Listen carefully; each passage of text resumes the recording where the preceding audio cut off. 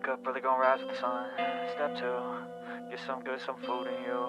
Step 3, think real hard about what you wanna be. Well, happy Thursday morning to all of my beautiful coffee beans out there. Welcome. We have breaking news this morning. Come on in, get yourself a warm beverage, and let's enjoy the show together.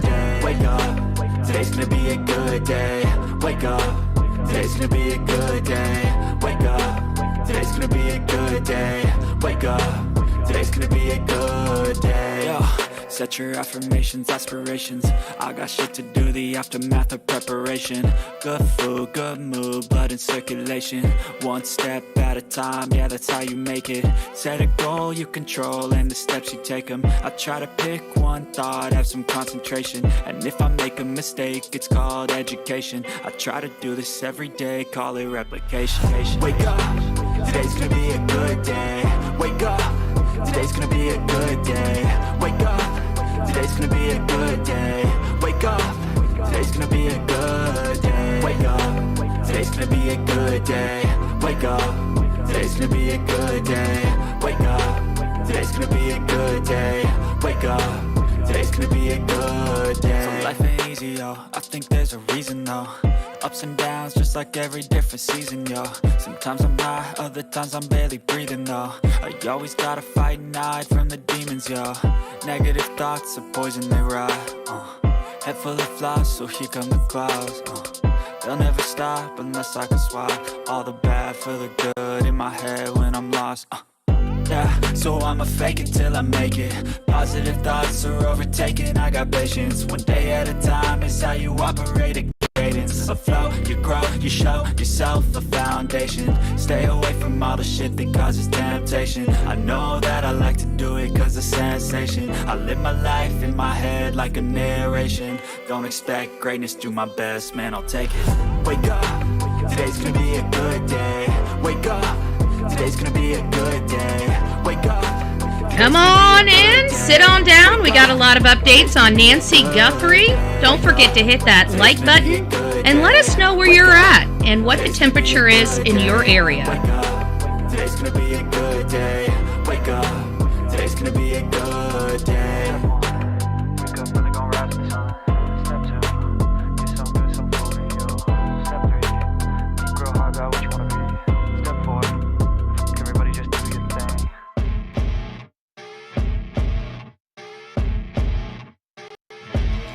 As you wake up in the morning, you want to find the latest, greatest information about criminal cases and have an intuitive conversation about the suspects associated with these cases. Head over to the Bullhorn Betty channel on YouTube.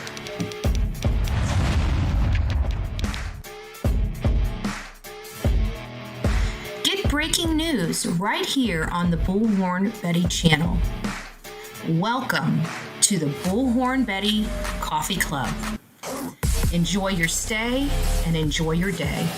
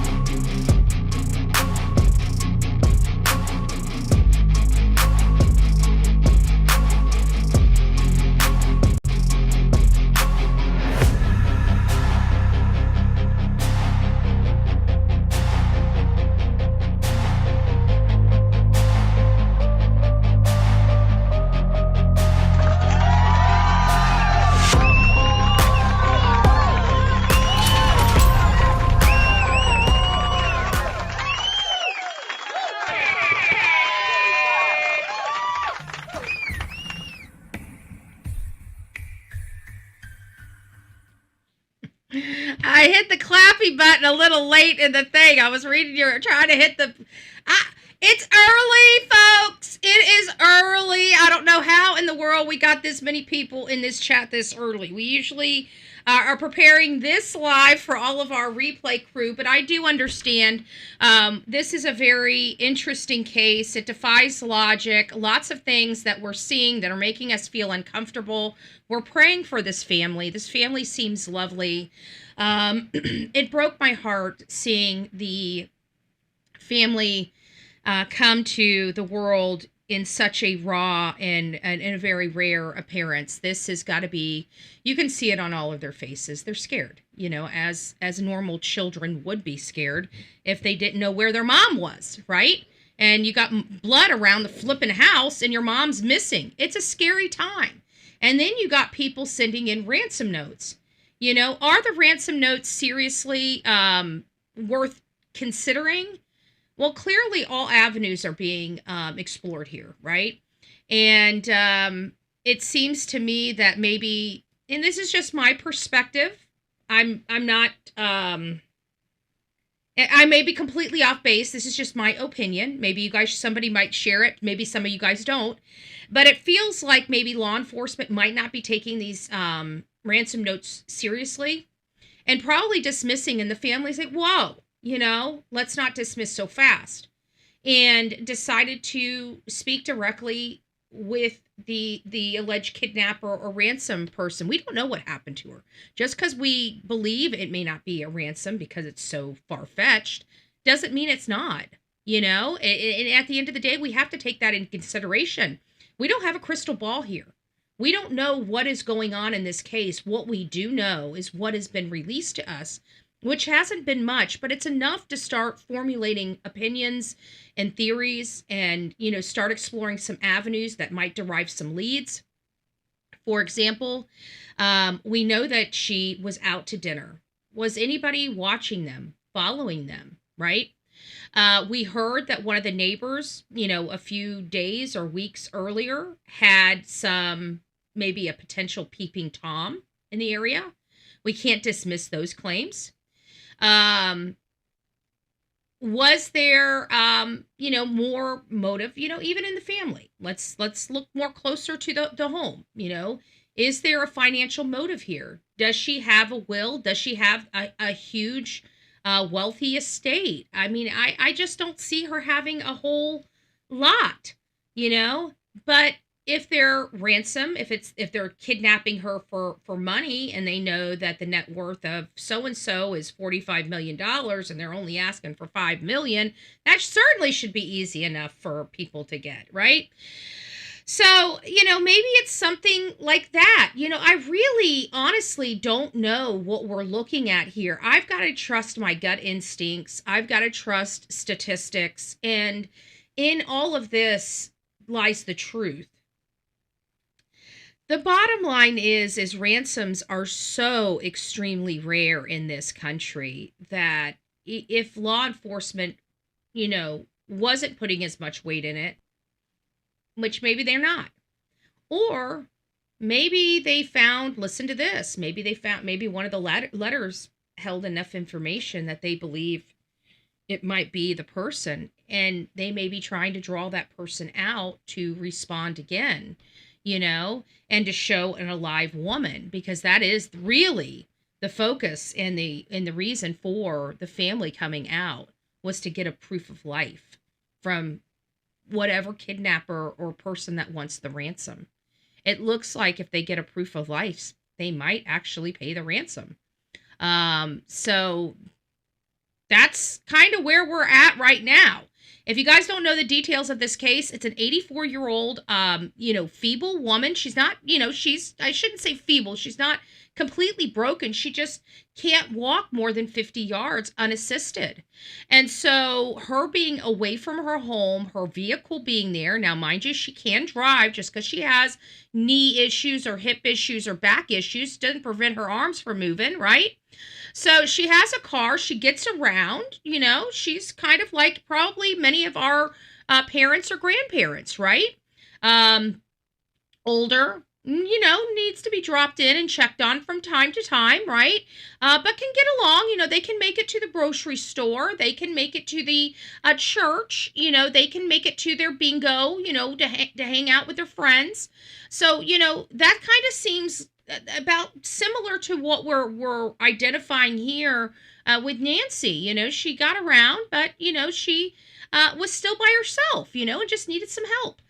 So that's kind of the situation we have. One thing I noticed is yesterday, the brother came in. Camron came in, and we saw we went over the photos of his arrival, and we saw because we've seen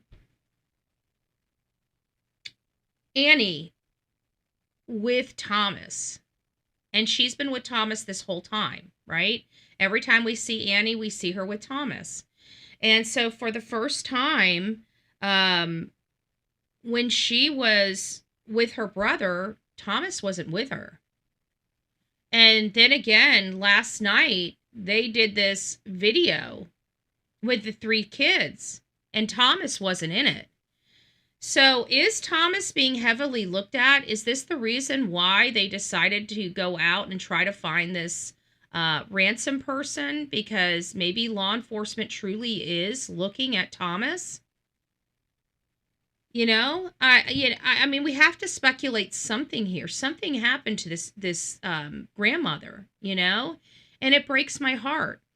Lisa, he says, good morning, everyone. Let me go and say good morning. Let's just stop and kind of go back. I haven't had an opportunity to say good morning to everybody. We're very, very early this morning because I got a very, very long day today.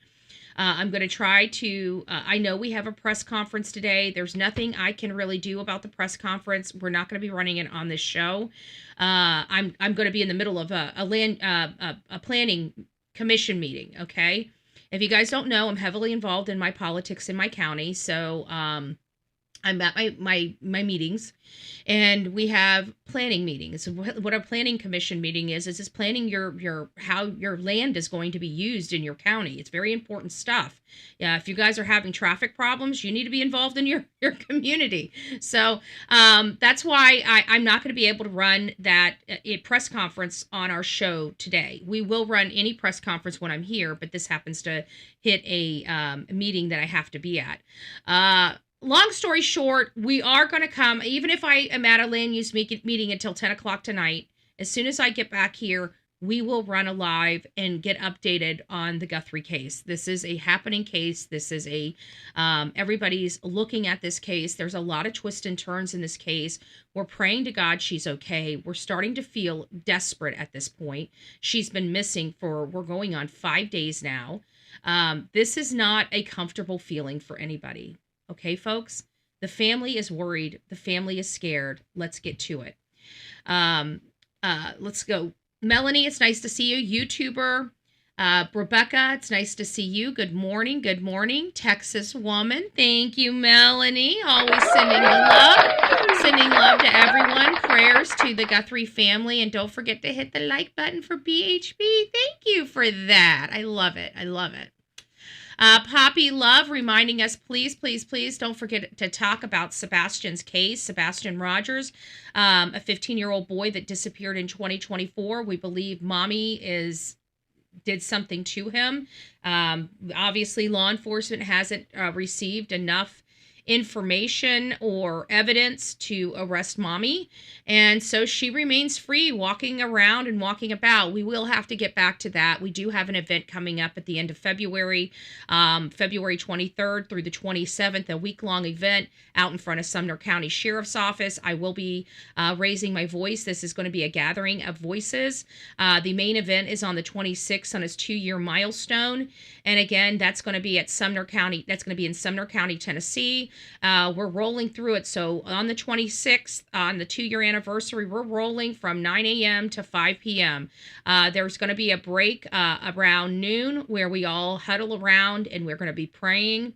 We're going to be praying over the county, praying over the sheriffs and the detectives working the case. We're going to be praying over Sebastian, and we're going to be praying over his father. And then after we break, we're going to have some cake and something to drink. And then if you would like to leave at that point, you can. If you want to stay to the end, you're more than welcome to. Are we going to do something after this around 5? I'm sure everybody's going to need to eat something. So yeah, we're going to probably go out. I don't know where. If you want to hang out and maybe have some downtime, I'm happy to do that at the end of the 26th. So it's just up to you what you guys, when we get there, we'll all make decisions, what's right for you guys. So we have about 30 or 40 people confirmed right now. I haven't really gotten any other additional, we're going to be there confirmations. So if you are coming and you would like to let me know, please let me know. It should be a fairly nice turnout out there. I'm expecting, bring some signs with you, bring some chairs if you have mobility issues. It's going to be a lot of standing. I usually stand, but I always have a chair because every now and again, I just got to sit down, right? If it's going to be cold, dress for the weather. I'm just a one-man show, so I'm rain or shine. So whether it's cold out there or not, I do my thing, okay? Whether I have an entourage or not, I do my thing. That's just how we roll over here on the Bullhorn Betty Show. Okay, thank you for that. Rebecca, it's nice to see you. I think I said hi to Poppy. Nerdy Girl, it's nice to see you as well. We had Lisa popped up on me. Sorry, guys. We're starting to get too many people in the chat, so I'm going to have to get a few more people, and then we'll have to do that. Oh, Aletha, it's nice to see you. Lisa, it's nice to see you as well. Caitlin, good morning. Good morning. Evan, baby, up very, very early. It's nice to see you. Dreaming of blue skies and sandy beaches. It's nice to see you this early as well. Claudia, it's nice to see you. Randa. All right, guys, we really need to get into the show, so I thank you for allowing me to bend your ear a little bit, but I am on a time crunch this morning because of that meeting. I need to wrap up here by 8:15 at the very latest to get on the road. So let's go ahead and get into this situation. As you guys know, this is the son-in-law. I don't know how I feel about the information coming out because I feel in my heart that even if they didn't have anything to do with it, let me just backtrack. It is our position that this story feels like it's not a stranger danger. It feels like it's somebody that knows this family or somebody that knows Nancy, okay? It feels very close to home because what would somebody have with an 84-year-old person? If it's money, it seems like they could have found somebody that, especially in Arizona, that has a lot more money, more power, more stuff, more, than the Guthrie family. I mean, in all fairness, this day and age, I mean, yeah, Savannah has some good money, being a net worth of $45 million. But let's face it, there's a lot of people that are much larger than her that have family that are, living in not so secure places or low crime places that seem to be more of a target or could presumably be more of a target than this 84-year-old grandmother. Okay, so that's the reason. That's kind of the gist. And the other thing is that I truly believe she was murdered inside her home. I don't know, I don't have any evidence of that. It's just a theory, a running theory that I believe she was murdered inside her home. And if I believe she was murdered inside of her home, then I have to consider her being removed from that home. What does being removed out of that home mean? It means that it's somebody very close to her. This is the thing. If she's alive or she was taken out of that home alive, then we're dealing with a different situation here. But if she was deceased when she left that home, well, we're dealing with somebody very close to her. Okay? That's how I kind of differentiate my two theories, is based on whether she's dead or alive before she left that home. The idea that we have a ransom situation, it's made for the movies, maybe for great fictional writing.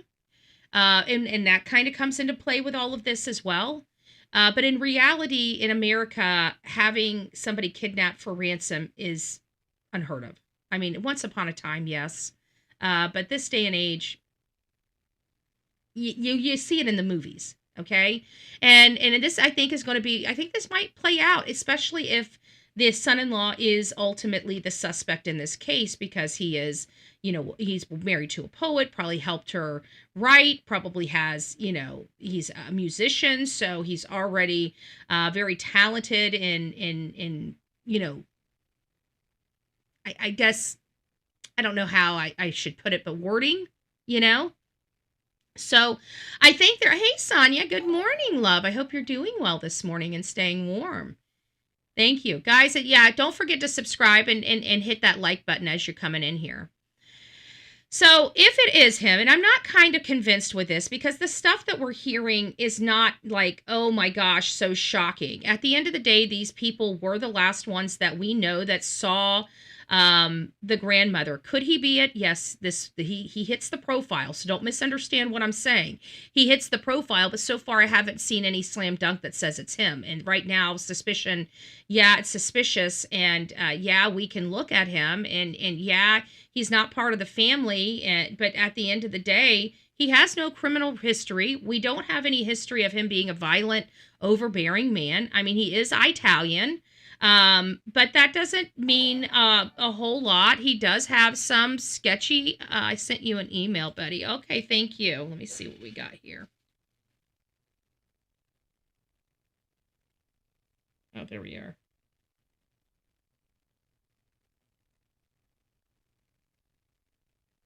Oh, I'm sorry to hear that. Well, happy birthday to your husband.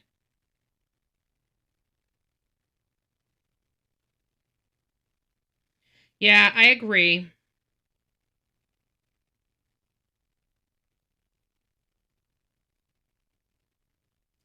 Let me ask you, Aletha, maybe you might be the best person to answer this. Thank you for sending me the email, by the way. Is there an off-site monitoring option as well? I mean, I know that this day and age with all of the functions and monitoring of pacemakers and stuff like that, do you know whether or not they have like an other off-site? I mean, at like something, because there's got to be something that signals it to shock you when your heart. I mean, to have a defibrillator attached or a pacemaker, what it does is when your heart stops, it shocks it back into rhythm, and or something to that effect. So, is there another monitoring location? Do they have like a database somewhere where they can, type in a serial number and see if it's still pumping or it's still active or still working, or, they do. Ooh.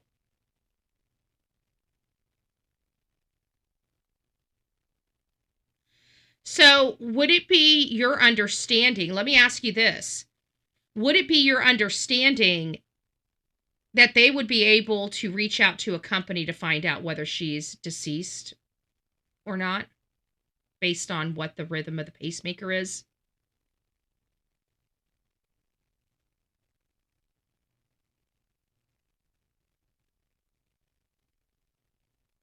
This is going to be interesting. You know what? I know I got a lot of researches in it. Does anybody want to do some? Let's just kind of take this. We'll take this channel. Let's get through this statement that they made. I'll get through it real quickly. Maybe we'll look into this pacemaker stuff. Let's do some research on it. I think this pacemaker is it might be.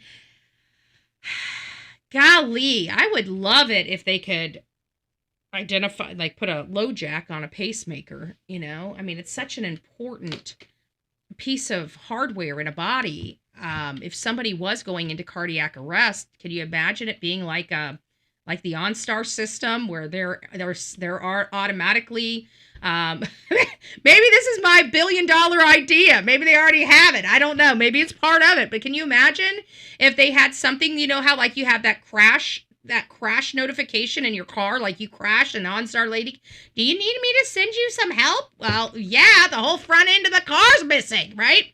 Okay, we're gonna get, do you need ambulance? The whole front of the freaking car, right? And they're like, okay, we'll send law enforcement, fire, and ambulance, right? to your location. Why don't they have something like that for the hardware? Like you're going down, the hardware's noticing you're going down, You know?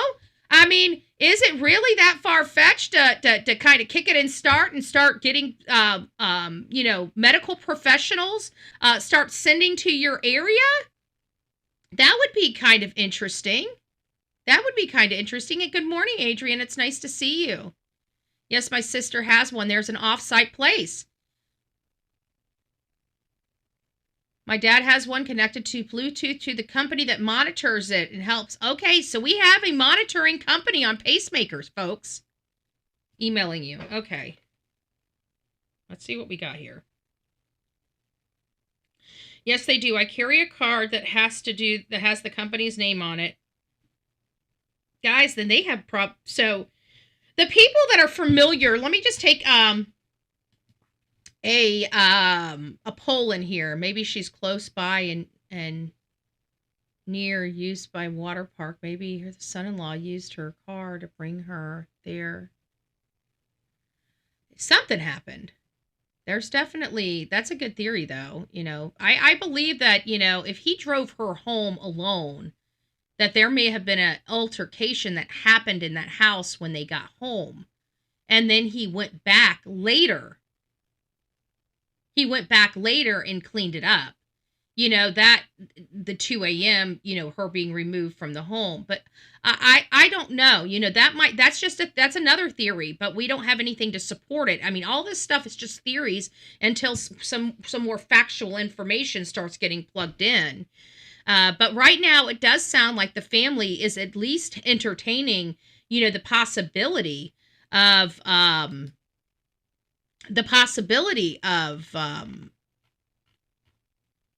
the ransom. And so they would be able to tell whether or not her mother is alive, in my opinion. I feel like they have access to be able to say whether her mother is right now living or not. I would have to assume a company can tell whether that pacemaker has been trying to resuscitate somebody. Because when the heart stops, it's going to keep trying to get that. I mean, this is my understanding of a pacemaker. We'll check it out in just a second.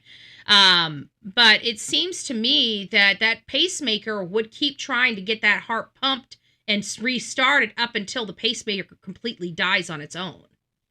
That's my understanding, but I could be wrong. And at the end of the day, every time it has to shock your heart or get your heart pumping, it sends a notification to the company that it had to shock your heart back up. That's been always my understanding. I want to say that my grandfather had one years ago, but it might have been another family member. But I remember, it was when I was younger, but I remember learning, this is before all this new technology. And I remember that there was something that a company that monitored all of that, and that was years ago. So I have to think that stuff is so much more advanced now.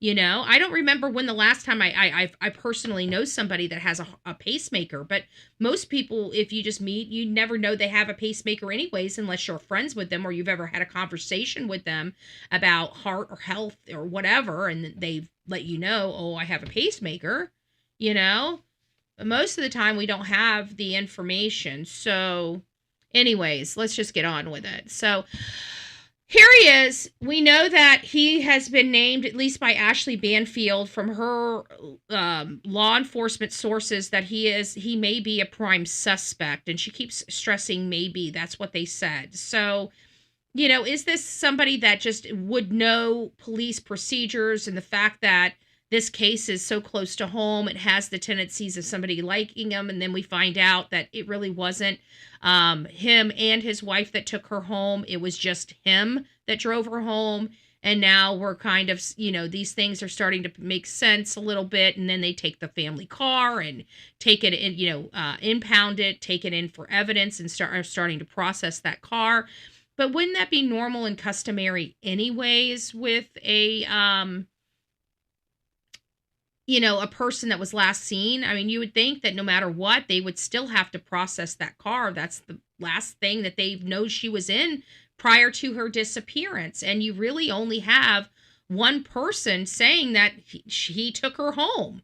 And, I'm trying to get this pump off me. These meds are annoying. Anyone know how to get off without killing myself? Oh, I don't have experience in that realm. You have to talk to. Anyways, and then of course we have this where they're coming out and they're hiding their faces from the cameras. And I don't know why they're hiding their faces from the cameras. I mean, they've got nothing to hide. They're, people are just, curious about what happened to their mom. So this whole thing here just seems so weird. Oh, you can't see it. Let me get it down a little, up a further.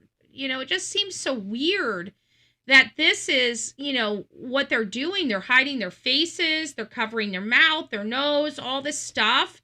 It doesn't feel good. It doesn't feel right, in my opinion. It feels off. And are they just, tired of the paparazzi? Maybe, I'm not sure. Hey, Houston, Jason, Nicole, it's nice to see you. Good morning. So is this something more? Maybe. I just think it's awfully weird. He is really paying attention to a lot. Everybody says that, everybody tells me that he gives them the vibes of Stephen Stearns.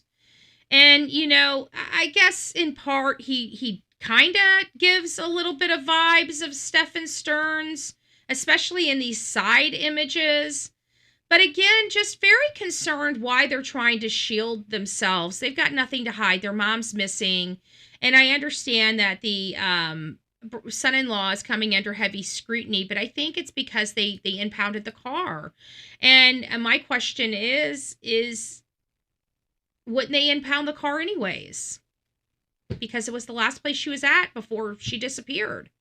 So, I'm kind of iffy in this, but I do believe that he hits the profile marks, like he is the guy we're looking for, but he may not be the guy, right? And so we have to remember that.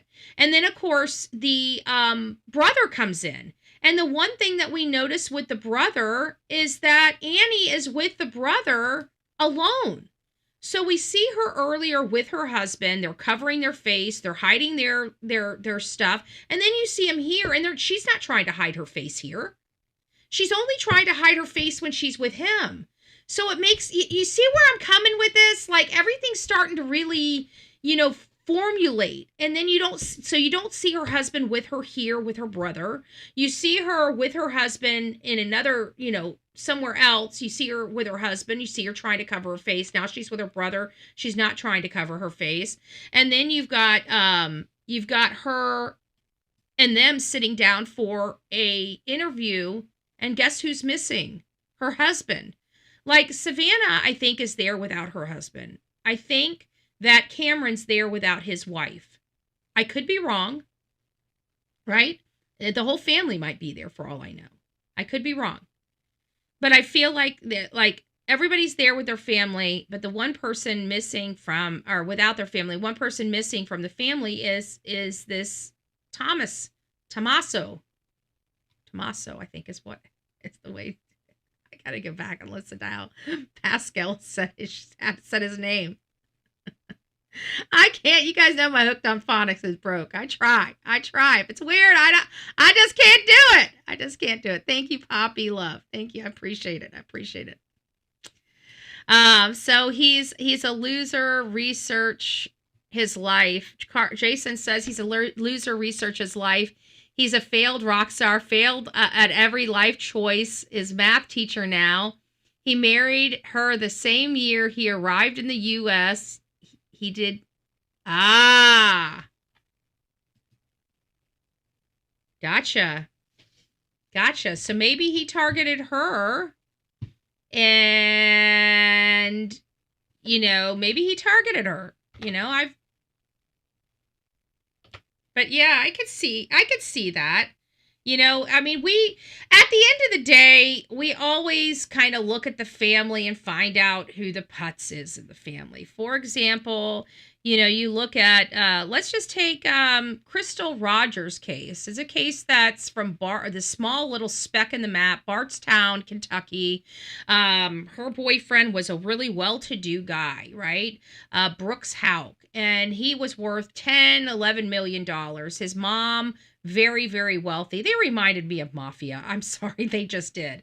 But his brother, Nick, he was like the putz of the family, and you always have kind of the putz of the I don't want to be disrespectful to anybody by any stretch of the imagination, but you always have the one that's a little further behind than the rest of them.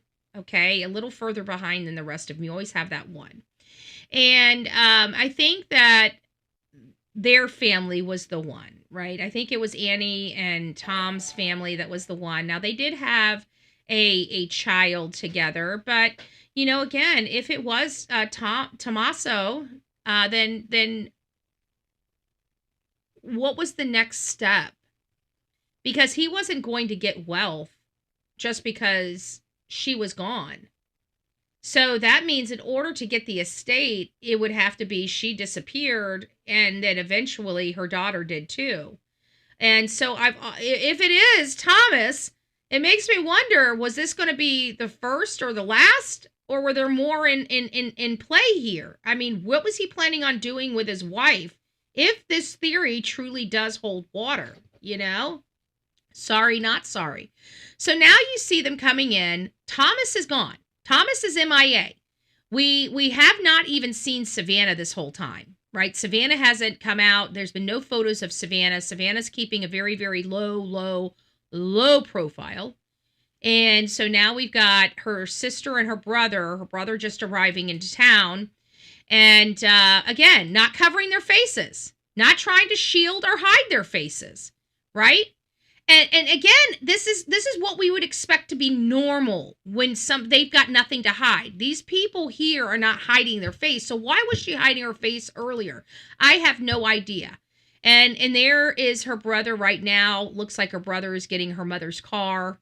This has got to be hard for the family. So here it is, guys. Here is the statement from the family. As you can tell on your screen, they look utterly devastated. Okay? Savannah is hardly recognizable. She's not smiling. You can see the stress is on her face. I'm not liking the way her sister puts so much, I don't know, just extra. It almost made it theatrical versus heartfelt. And that's all I'm going to say about that. But we are going to play it here. They are speaking directly to the alleged ransom note writer. So it's giving me the feeling like maybe they want to draw this person out for a purpose, either to, I know it's to find out whether this is legit, right? I mean, the number one thing, is this legit? Do you have my mother? And if you do, is she still alive, right? Those are the main things. But I like the way Savannah starts because she is talking about her mom.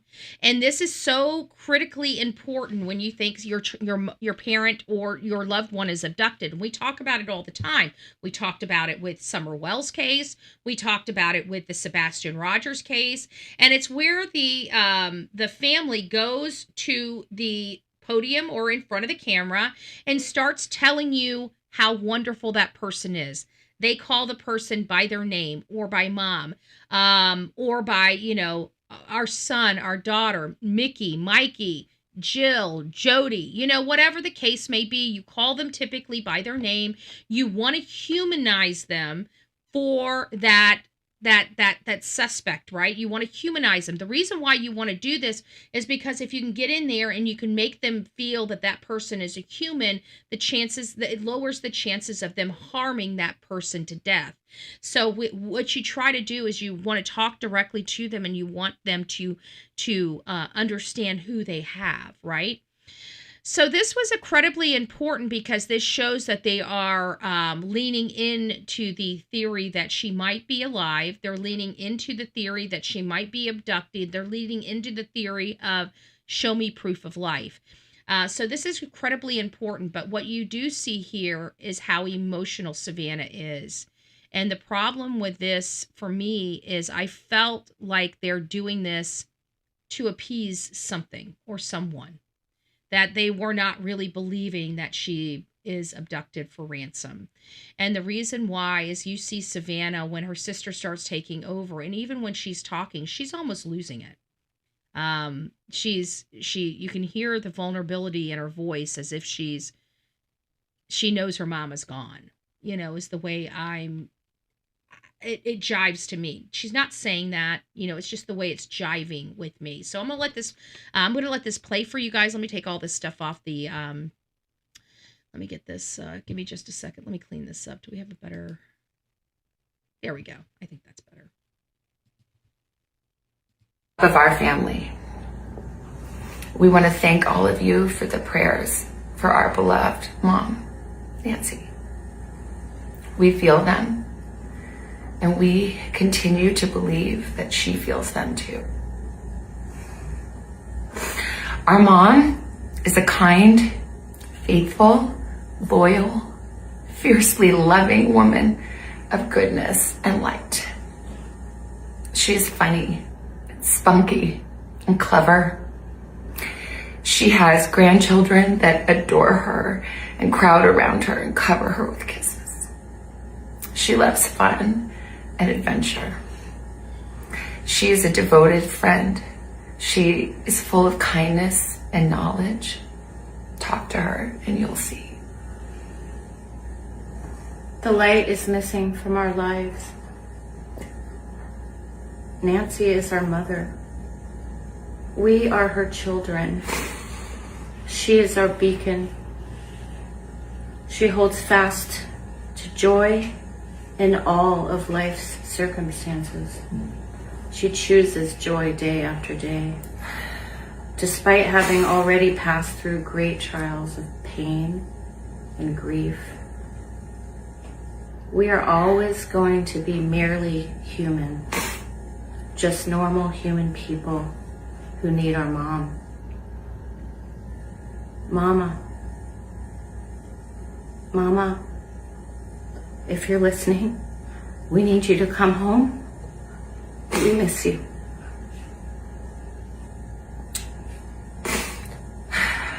Our mom is our heart and our home. She is 84 years old. Her health, her heart is fragile. She lives in constant pain. She is without any medicine. She needs it to survive. She needs it not to suffer. Yes, sir. We too have heard the reports about a ransom letter in the media. As a family, we are doing everything that we can. We are ready to talk. However, we live in a world where voices and images are easily manipulated. We need to know, without a doubt, that she is alive and that you have her. We want to hear from you, and we are ready to listen. So as you guys heard, I mean, this is a very, it's hard. It's hard to listen to.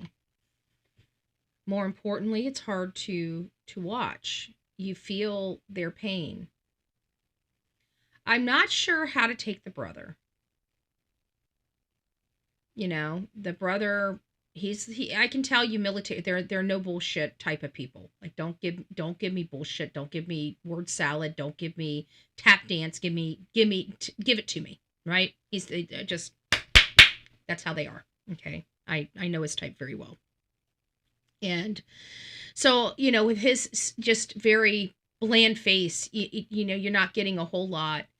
From Savannah, you're getting a lot of pain and sadness, loss. You feel it. With her sister, you know, her sister loves her mother. I can tell that. I'm not seeing an evil woman in any, or evil people in any of these siblings at all. And I'm praying to God that her husband is not responsible. How horrible that would be, you know, because her sister has a child, you know, with that man. It's her child's that man, you know, that child's that man's or daughter, right? So, I mean, you're talking about, you know, really, really bad family dynamics if for any reason Thomas is involved here, right? But again, Thomas does kind of meet the profile, but just because he meets the profile doesn't mean there's not somebody else that equally meets the profile. So I'm just being very cautious here. I'm being very cautious here because I don't like unknown sources, okay? I have caught Ashley Banfield in the past being inaccurate in some of her reporting or dubious in some of her reporting. And I have to apply that here, you know. She's not doing her criminal, you know, her crime stuff. She's more independent on her own show. This Drop Dead Serious, that's hers. That's unaffiliated with News Nation from my understanding.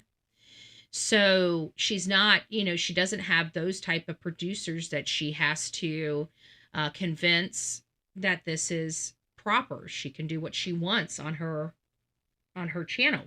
It's unaffiliated with News Nation. So, you know, I have to understand where I'm at with all of this. Do I believe her? Do I not believe her? I don't know what to believe. I can tell you that right now, there is things that support the notion he's under investigation, and there's other things that are normal and customary that don't really support it, like the whole impounding of the car thing, I don't know, you know, this is where it gets, because assessing this fairly, anyone see the husband's face or body, is there scratches, etc. He's hiding, Jason. I don't know if you just saw the pictures. He has not come out to talk to anybody publicly. In all fairness, from my understanding, this is the first public statement we've had from the family. Okay, typically, and this is good. You know, law enforcement doesn't really want you talking to media at first. We know that in every single case. We've got, you know, years and years of cases to support it. But moreover, the most recent case, Sebastian Rogers, we know why it took 8 days to get out there. But it didn't take 8 days for Seth to get out there. You know, he was out searching for his son from day one. It took 8 days for the Proudfoots to finally come to media and start doing something to help. So let's not get that twisted either. So this family here, you know, they're moving fairly quickly. I think that they needed to find out what they were dealing with. But again, we're hearing that Annie, the woman over there, all the way to the other end, right? All the way over there to the other end. We're hearing Annie is the one that went to that house. Okay, guys, I'm sorry. We look at these cases. We have a checklist for these cases. We have something that guides us to make sure we don't miss anything, right? And so one of the things that we look for up front, who was the last person to be with the missing individual, whether they're a child or an adult, who was the last person that saw that person before they were gone and gone forever, right? And when they noticed that they were gone, how long did it take them to call law enforcement? Those are literally two of the very top things we always ask in the case, okay? And so what we learned here from the sheriff is that this is basically the timeline, and we're going to get into it. Actually, I think the next one is the timeline. Let's see if I'm accurate on this. Yes, it is. Look at that. It's the timeline. It's the timeline. Here's the timeline right here. Okay? So I know you guys really can't see it, and we're going to get a little closer as he walks up to it. On Saturday, Let's just Nancy listen. Guthrie disappeared. First of all, her family dropped her off at her home at 9:30 p.m. That has been adjusted a little bit. Let's be honest. We're hearing 9:45. But now we understand why we're not sure 9:30 or 9:45. Because I don't think Annie is the one that dropped her off. I think it was Thomas. There was no mom missing church.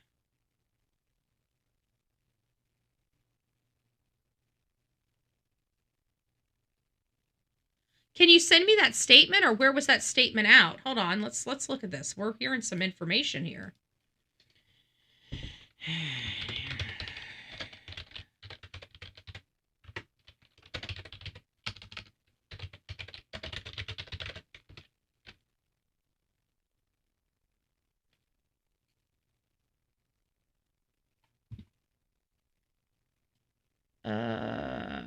We got the family.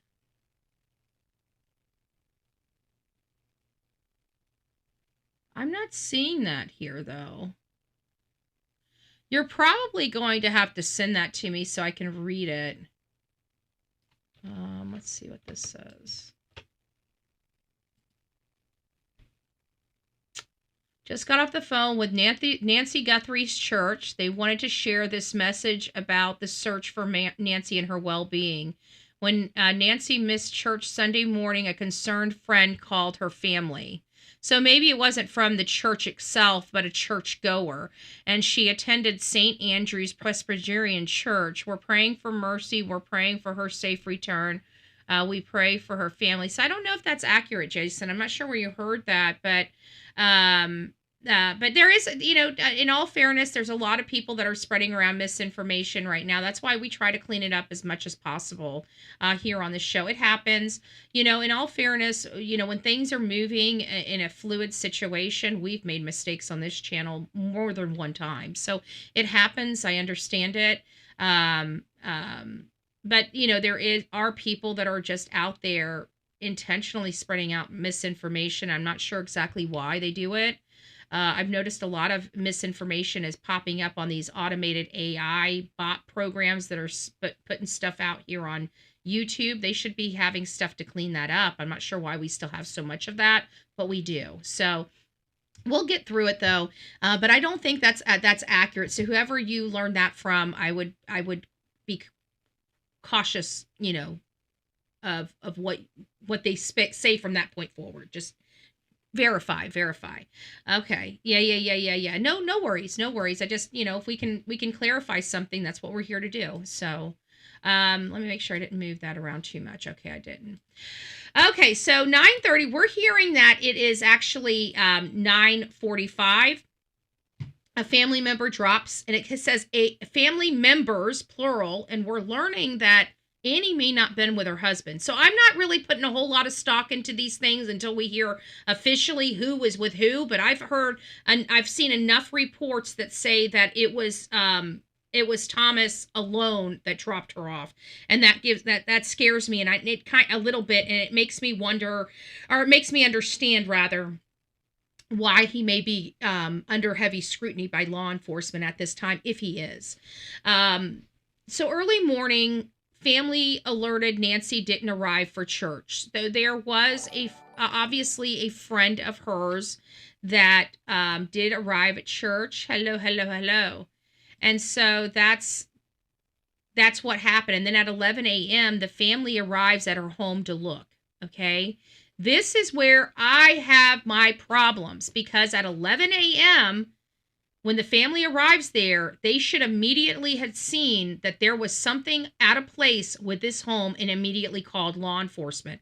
There was a lot of blood, concerning amount of blood. Now, it wasn't life-threatening blood. Don't misunderstand what I'm saying. But there was a concerning amount of blood outside of that front door that immediately would have warranted 911 or calling a hospital and seeing if ambulances had been there, to pick up your mother. And when you found out there wasn't, the next call would have been law enforcement, because something obviously happened. But it took them an hour, guys. We're upset on the Sebastian Rogers case that it took the mom 30 minutes. And even AI, let's ask AI. Let's ask AI. Let's go here and see what would be considered lengthy time. Is it an unreasonable amount of time when you arrive to a home and that home has an elderly lady that lives alone in it? If you are at the home and you see that a back door is ajar and there was blood kind of at the front door, not a whole lot, but enough to notice there was something out of place there, is it abnormal to wait an hour to make a 911 call? Why not? Might as well ask. All right, so we've got it into the system. Let's see what the system says. The short answer, here's the answer. Let me make sure it's up here on here. Oops.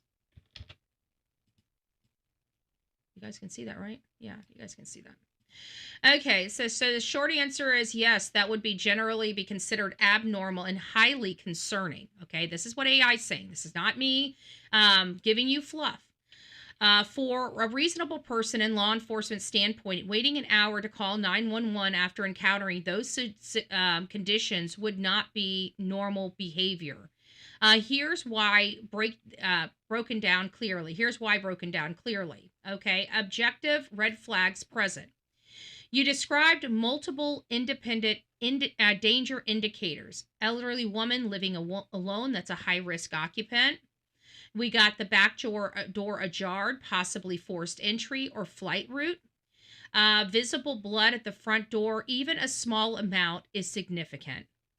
Blood out of place, not explained by known injury or event. Any one of those would justify an immediate 911 call. All of them together strongly indicates a potential emergency or crime scene. So that's, again, the problem I've been having with this whole entire story when we found out it took an hour for them to call law enforcement. So expected reasonable reaction. A reasonable person would typically do one of the following immediately. Call 911 from the driveway. Call 911 upon seeing blood. Call 911 before entering. Call 911 within minutes if confused or alarmed. An hour delay is inconsistent with concern for the occupant's safety, fear that someone may still be inside, or uncertainty about medical emergency. Law enforcement's interpretation. In investigations, a delayed 911 call under these circumstances raised investigative red flags such as conscious delay, why wait? Scene manipulation or observation period, interesting. Attempt to decide what to say, another interesting. Prior knowledge of what happened. Fear of what police would find. Police routinely ask, what were you doing during that hour? Interesting. Why the delay? Why the delay in reporting her missing? Why didn't you call sooner? There's no benign default explanation for waiting that long when blood is visible and doors are unsecure. And she missed church, folks. Let's not forget. And she missed church. We have, if the residents were injured, bleeding internally, unconscious, being restrained, an hour could be the difference between life and death. So delay contradicts any claims of concern or urgency. And I heard the daughter was on scene, that the daughter waited an hour. This is where my problem is coming with all this. How this is viewed in court or public narrative. While not automatically criminal, such a delay would be described as unreasonable, inexplicable, inconsistent with innocent behavior, and contrary to common sense. And I think that's the most important. It's contrary to common sense. Nobody that in their right mind would wait that long when they have an elderly mother missing and the house looks of disarray and there's blood. Yes, waiting an hour to call 911 under those circumstances are absolutely abnormal and outside normal human response, and would rightly draw scrutiny from law enforcement, prosecutors, and of course us, right? So that is where we're at with that. So this whole thing about the family arriving at 11 and then not calling law enforcement until noon, that's problematic for me. And that's problematic for anybody that's seasoned in the true crime genre. On Saturday. Early the next morning, neighbors, fellow churchgoers, alerted the family that Nancy did not arrive at church. By 11 a.m., the family came to her home looking for Nancy. Later that day, the family called 911. Just about 12:15. At 12:15, folks. An hour's bad, but it was an hour and 15 minutes later? Like, what in the world? I'm not, who's comfortable? Let me just ask, we got quite a bit of people in the chat this ridiculous time of morning, but I'm glad you're all here. I'm Bullhorn Betty. Thanks for being here. I hope you guys are enjoying some of the talking points that we have today. This is not an enjoyable, conversation to have in the least. We don't want to hear of any elderly person being in harm's way, period. We don't believe in violence in this country. We want to end violence, and we work very hard to make our voices heard on that front. And doing what we can around this country to change laws to make us safer. Now, in this particular situation, we have a 84-year-old woman that allegedly was sleeping in her bed, ripped out of her bed, and abducted. I'm not necessarily believing all of those details being completely accurate. Maybe that's what the scene is wanting the people to see and say. But I believe a little bit differently based on the facts that have already been provided as true and correct by law enforcement. And I'm also theorizing about 3 different theories right now because we don't know certain facts. So when you don't know certain facts, you have to assume. Every time you assume, it creates a new theory. And so we've got several working theories on what happened, but none that really support a stranger danger or an abduction ransom type of scenario so far. Now, granted, there is ransom notes, 3 different ones. One that had enough detail that was provided to a local outfit that was actually sent to the family for review to see if it's possible. So I know that there's at least one working ransom note that does have enough detail that at least raised some eyebrows for law enforcement and probably the family, which I believe is what prompted that statement from the family, letting them know how wonderful their mother is. They're doing everything that they're supposed to do to speak to an abductor or somebody that kidnapped her. So although it's the low man on the totem pole, if you're gonna turn over every rock and every stone, then you need to turn over every rock and every stone. And that's even including and leaning in hard on some of the family members that were last seen with the victim. Okay, it doesn't mean that they are guilty. And I want to frame this that everybody here, nobody has been accused by law enforcement or a court of law of committing any crimes, okay? So all the people that we're discussing on this show are innocent until being proven guilty in a court of law. We are not a court of law. We are the court of public opinion. So some of the stuff that we say here on our show might offend people. It might hurt somebody's feelings, and that's okay. If you're offended or hurting your feelings, guess what? You're a human being. If that's the silver lining. I don't like that you're offended over everything, but at the end of the day, at least you got some feelings, right? Some people are just, monsters out there that have no feelings, that don't care about anybody. So, we can take away the good, what we can take away the good from, right? So at the end of the day, we're now learning that it took an hour and 15 minutes from the time somebody arrived at that house with that blood smeared on the outside of that house, by the way. Still took them an hour and 15 minutes before they said, oh, you know what? This looks bad enough that maybe, just maybe, we need to call law enforcement. An hour and 15 minutes sounds like somebody tried to clean up something before they tried to call law enforcement. I don't like the way this looks. I don't like the way this smells. I don't like to know that the family was the one that was at that scene that waited an hour and 15 minutes. This, to me, is by far one of the biggest red flags we have in the case, okay?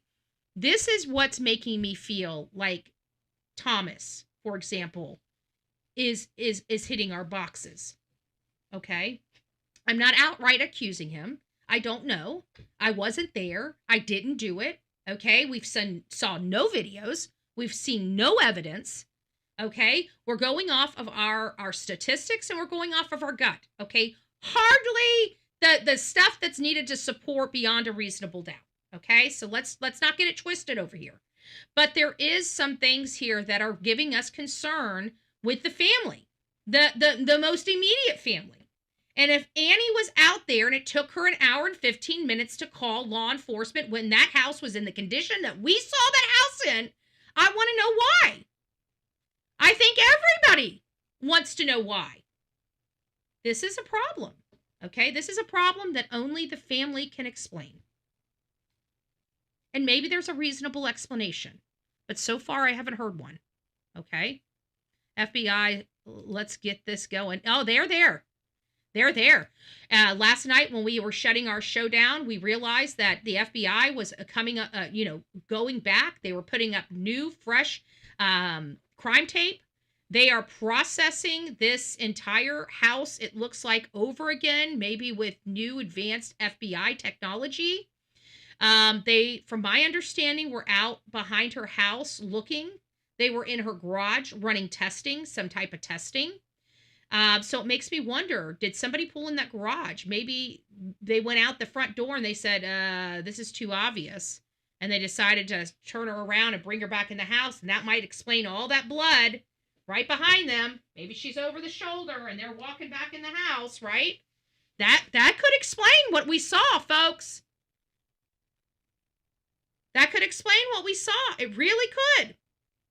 And then they go back in the house and then they pull the car into the garage and they take her through the garage and load her up. That's very, very, very plausible. It could explain what we're seeing out at the front door. Okay?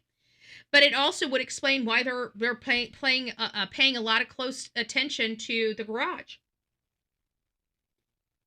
Was the garage cleaned up in that hour and 15 minutes? See, I got to ask the question because it took them so long to call law enforcement. And I don't want to feel like Annie had something to do with her poor mother's demise or whatever happened to her.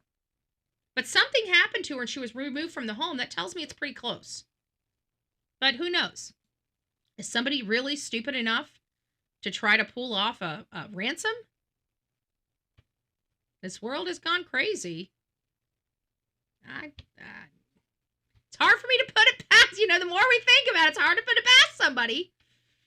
So 12:15, we've got the family calls 911. So we got an hour and 15 minutes that they were at this house. There's no way it took them an hour and 15 minutes to realize that this was a major situation here. I just don't believe it. I'm sorry, I just don't believe it. Oh, Sonia says 400 likes and she's gifting a Bullhorn Betty sweatshirt. Everybody could be needing a sweatshirt. So if you haven't hit the thumbs up button, don't forget to hit that thumbs up button. Thank you so much, Miss Sonia. I appreciate that. Hopefully they will still have the press conference. They're going to still have the press conference. I saw the note reminding us, but I'm not going to be here for the press conference. So we'll be discussing it later when I'm back from my meeting. Yes, the FBI was out there holding things up. Is the company for the camera on the house are taking their time, and LE is frustrated. They couldn't produce it in one day. Okay. Well, sometimes things happen. Maybe they have some technical issues on their end, but this is, we need companies. If you're going to be a security company and sell your products, this is really shitty for Nest because let's face it, you're there for people's security. And here we are, day 5, and a woman has been missing and you still can't produce the crap that needs, then I'd stay away from Nest, right? Because this is why we get these products to begin with. And if they're not functioning when something majorly happens to us, well, what the hell, right? What the hell? So you guys need to consider this right here, right? If Nest is not able to get what they need in a day, and it's been 5 days and they still have, and Nest is still, dragging their ass, well, then they're selling a product that isn't as advertised, right? I mean, of all times when you need that product to be working is when you're missing. You know, officers should say, hey, I'm from so-and-so law enforcement. We have a missing person. And they should be able to get that stuff right off to you. They're a freaking security company. If you can't even, if law enforcement can't even break through your what good is that? What good is that? Chris P., he knows people just go poof. Yeah, maybe Chris Proudfoot was in the area. Who knows?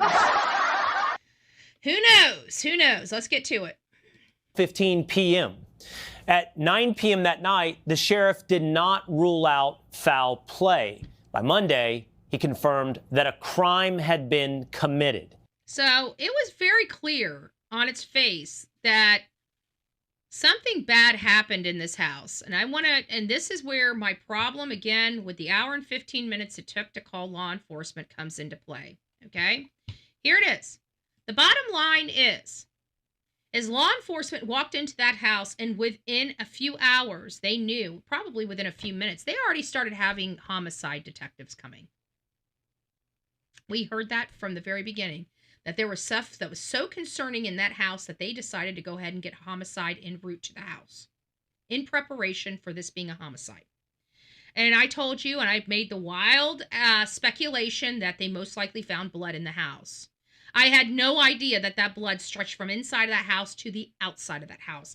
And when I saw the blood on the outside of that door, because of Brian Enton, thank you, Brian Enton, by the way. Love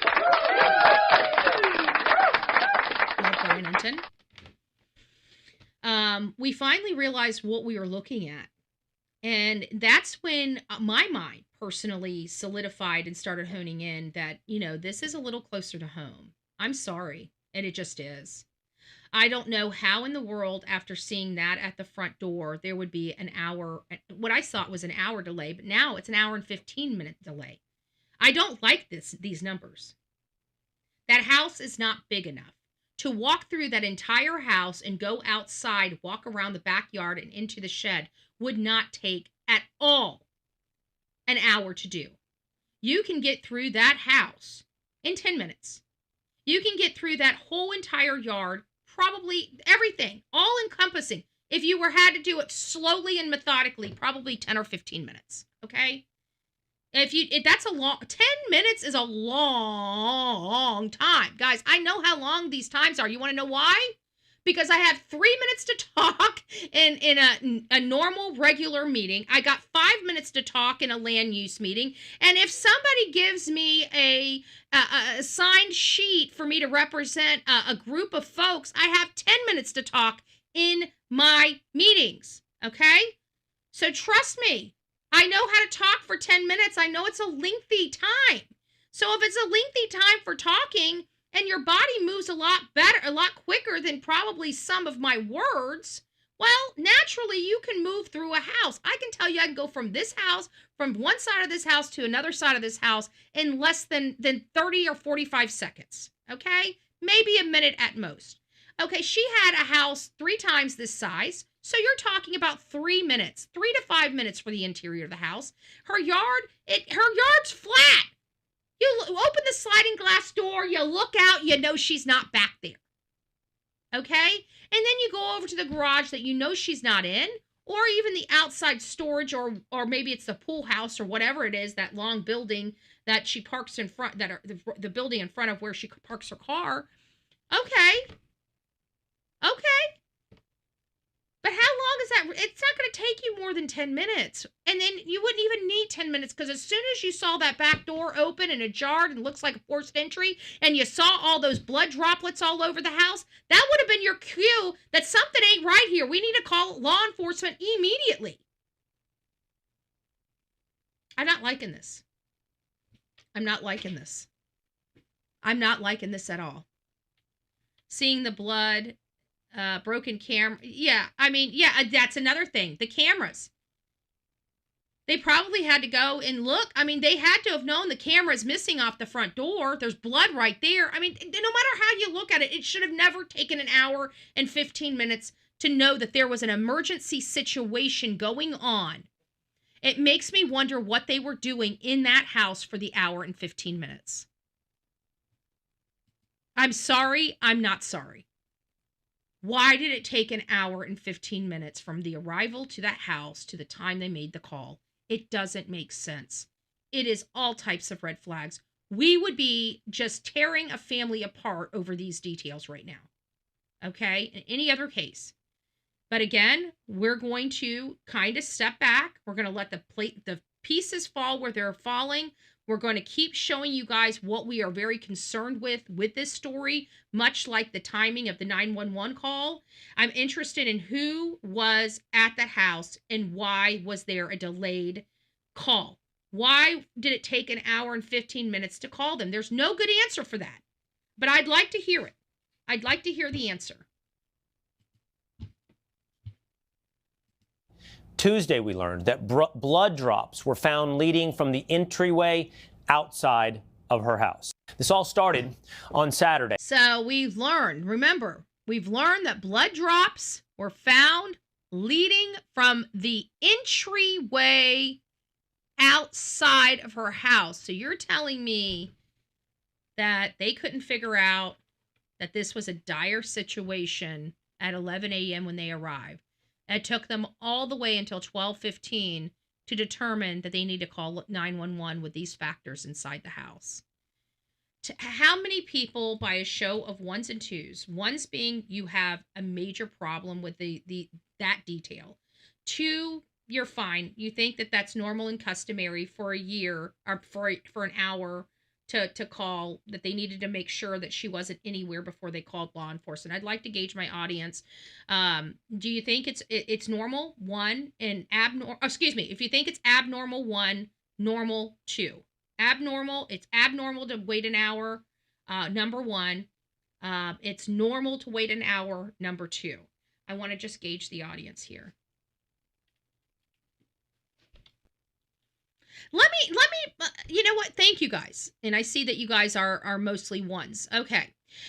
So now so Mike Stevens is like, okay, 1 to 2. So that's good. That's good. Well, Mike's our resident defense attorney anyway. So we understand the cautiousness in answering. Major problem, Lisa says. Okay. So let me ask this. Maybe I need to approach the question a little differently. What would prevent somebody from immediately calling law enforcement in a situation like this? Let me see what your answers are for that. We do have several characters. Don't get too wordy or lengthy in here.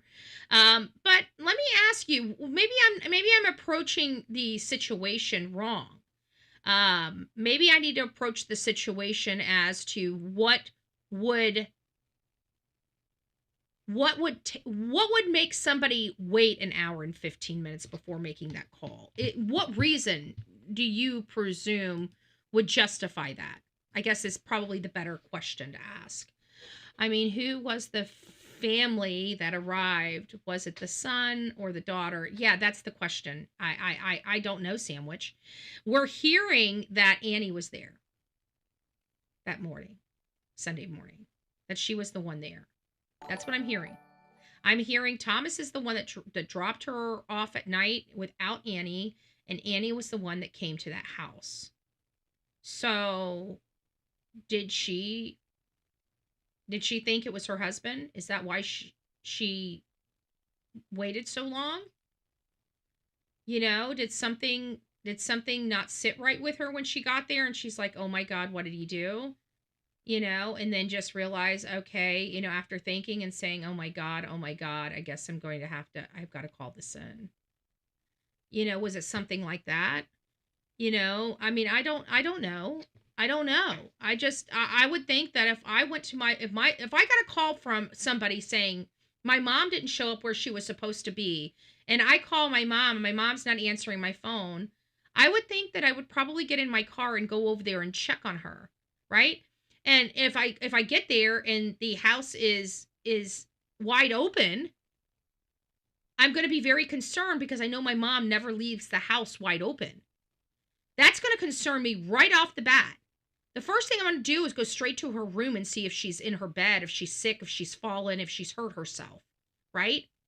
And as soon as I walk in and I see a back door ajar and blood through the house, yeah, I'm probably gonna pick up my pace and be like, Mom, where are you? Are you okay? Are you okay? I see all this blood. What's going on? What's going on? Mom, where are you? I'd be going through everywhere, but we know we're looking for Mom, so she's gonna be right there.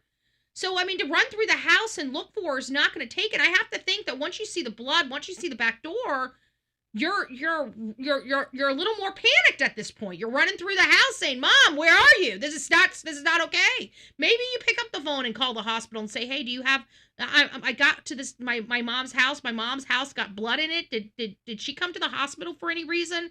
Was the ambulance out here? And that shouldn't take more than a few minutes. At the end of the day, your next call would be 911. It wouldn't, I just don't see this taking an hour and 15 minutes to do.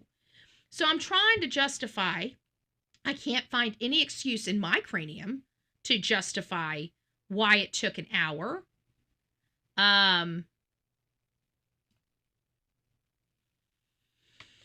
If she didn't pay monthly service and just hooked to her phone, it takes days, no matter, especially if they affect face recognition. Well, she is just as guilty. So some people are saying maybe but that's just rumors. Was she really there? Maybe she sent her husband there, But there's just something that's not right, in my opinion, with this. We don't use our front door. We have sliding. That's true. Maybe she went out her garage door all the time. Maybe she never used the front door. Maybe the family doesn't use the front door. Maybe they came in a different way. You're right. We got those things to look at. But we also, then it comes at night. And at night, Nick the Hat, he did some deep diving into this and has found some really peculiar international ties, going out on a limb with this. But the boyfriend of Savannah Guthrie's sister is a foreign national with very strange international ties. So who is this man? Yeah, he's been a part of the family for 20 years, but that doesn't mean anything. Who is he? So folks, I don't really have a crystal ball. I don't know what's going to go on in this story. I don't know if, in fact, the brother-in-law / son-in-law is responsible for her disappearance and most likely death. But it does sound like there are mechanisms to find out if she's still alive or not, because she has the pacemaker, and they can reach out to the company to see if the heart's still pumping. And if the heart's not pumping, well, we have our answer. Okay? So it sounds like right now we're looking at a homicide, and why the homicide detectives have been brought in. And we're learning that the son-in-law was the last person to truly see her alive before she disappeared. So that makes him the prime target right now. Could somebody have attacked her after that point? It's possible, right? So we've got to still just withhold judgment. We can speculate and stuff like that, but I'm not crusading that he is the guy. He is hitting all the boxes. I'm gonna keep saying that because he surely is hitting all the boxes. He's hitting all the boxes. So I understand why they're treating him as a suspect in this matter. But anyways, guys, I just want to thank you for coming over here, learning a little more about this. It's a very sad story. What do I think happened?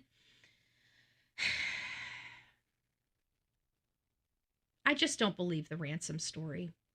I really don't. I know it's probable. It could happen, but I'm just not buying it. I think this is closer to home. I've got to trust my gut instinct. Maybe I'll be wrong, I pray I'm wrong. I never want anybody to know that their family member was harmed by another family member. That's got to be horrible. This was their mother. I can't imagine. We all have our, most of us still have our moms. And so the ones of us that still have our moms, this hits really close to home for us. So I'm not very comfortable with this story, but you got to be very careful, Believe it or not, everybody's still a stranger, even the people you know the most. Anyways, guys, rock it out with your coffee beans out. Don't forget to be fearless. If you see something, say something. An ounce of prevention is worth a pound of cure. And until next time, please be safe, but more importantly, kind to one another. Guys, send me your perspectives, bullhornbetty@gmail.com, bullhornbetty@gmail.com. We're going to be getting to them. We got mail segments here in the near future, so I want to have some perspectives to go off of for our You've Got Mail segment. All right, guys, I love you. Have a great day, and we'll see you soon.